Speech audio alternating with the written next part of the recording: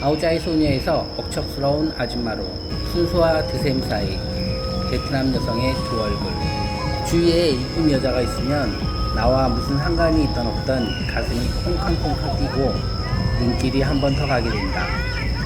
그런데 그 여자가 아줌마라는 사실을 알게 되는 순간 묘한 두려움이 엄습한다. 그건 단순히 나이 때문만이 아니다. 아줌마라는 단어가 주는 억척스러움과 기세가 이미 각인되어 있기 때문이다. 마트 엘리베이터에서 본 충격. 놀람의 시작은 일상적인 장면에서였다. 붐비는 마트 엘리베이터 안. 한 베트남 아줌마가 아이의 얼굴과 등을 마치 싸우듯이 연달아 때리며 고래고래 소리를 질렀다. 다른 사람들도 타고 있었지만 주변은 순식간에 얼어붙었다. 아이의 잘못이 무엇인지도 모르는 상황. 나는 순간적으로 내가 막아야 하나? 아니면 아동학대로 신고해야 하나? 라는 갈등에 휩싸였다. 아이가 눈앞에서 위축되고 두려움에 떠는 모습은 충격적이었고 그 이후로도 비슷한 장면을 여러 번 목격했다. 베트남에서는 아이를 훈육하는 방식이 종종 말로 타이르기가 아니라 싸움 같은 체벌로 이어지는 경우가 많았다. 드세다 그 기세. 놀란 건 아이 앞에서만이 아니었다. 시장에서 혹은 길거리에서 남성 몇 명과 다투는 여성을 본 적이 있다. 상대가 건장한 남자들이었음에도 그 여성은 전혀 주눅들지 않고 오히려 더 큰 목소리로 고래고래 맞받아쳤다.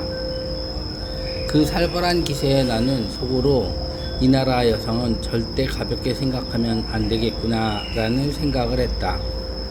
한국 같으면 주변 시선 때문에 움츠려들 상황에서 베트남 여성은 오히려 더 기세등등해지는 모습. 그 장면은 나에게 강렬한 인상을 남겼다.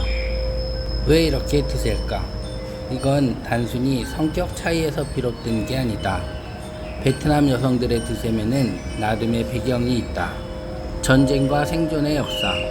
오랜 전쟁 동안 남성들이 전장으로 나가자 집안과 생계를 책임진 건 여성들이었다. 아이를 먹이고 살리려는 책임감이 곧 생활력으로 굳어졌다. 이 노동 현장의 주인공. 지금도 시장, 공장, 길거리 상권의 전면에는 늘 여성이 있다. 경제 활동에 적극적으로 뛰어들면서 자연스럽게 목소리도 커지고 기세도 강해졌다. 3. 집안 권력의 실세. 겉으로는 남편이 집안의 가장처럼 보이지만 실제 생활의 주도권은 여성이 쥐고 있는 경우가 많다. 남편이 벌어도 살림은 아내 손에 달려있다는 말이 그냥 나온 게 아니다. 4. 한국과의 차이. 한국에서도 아줌마 파워라는 말이 있다. 버스나 지하철에서 자리 하나를 차지하기 위해 달려드는 모습이 전형적으로 회자된다. 하지만 한국에서의 아줌마 파워가 주로 공공장소에서의 억척스러움으로 그려진다면 베트남에서는 그 억척스러움이 사회 전반에 퍼진 여성의 성격 자체로 굳어진 듯하다. 그래서 한국에서 아줌마는 때로 밉상 이미지로 비치지만 베트남에서는 오히려 존재 방식 자체가 드세다라는 말로 설명되는 것 같다. 아이를 무섭게 다그치는 장면에서 시작된 놀람은 시간이 지나며 베트남 사회 전반에서 반복적으로 확인되었다. 아이에게 살벌하게 다가가는 모습, 남성 무리 속에서도 기죽지 않는 자세, 지인들 자리에서 남편에게 날리는 강렬한 눈빛까지. 그 속에서 단순히 억척스러움만이 아니라 살아남으려는 본능과 가족을 지키려는 책임감, 그리고 남성에게도 지지 않으려는 자존심이 뒤섞여 있었다. 하얀 아오자이를 입고 환하게 웃던 가녀린 소녀의 모습은 언제나 내게 평화롭고 순수하게 다가왔다. 하지만 시간이 흘러 결혼을 하고 가정과 생계를 짊어진 순간 그 미소와 가냘픈 몸매는 현실 속에서 점점 사라지고 억척스러운 아줌마의 모습으로 변모한다. 그렇다면 그 순수함은 처음부터 겉으로 포장된 것이었을까? 아니면 각박한 현실에 타협하며 변질된 것일까? 나는 아직도 그 답을 찾지 못했다.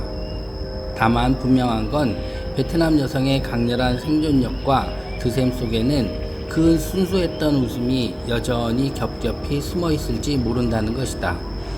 그래서일까 나는 자주 이런 결론을 내린다. 베트남이든 한국이든 아줌마는 무섭다. 하지만 그 무서움 속에는 삶을 지탱하는 힘이 숨어 있다. 가까이 하기엔 먼 존재 같지만 사실 우리의 일상을 떠받치는 또 다른 기둥이 바로 그들이다.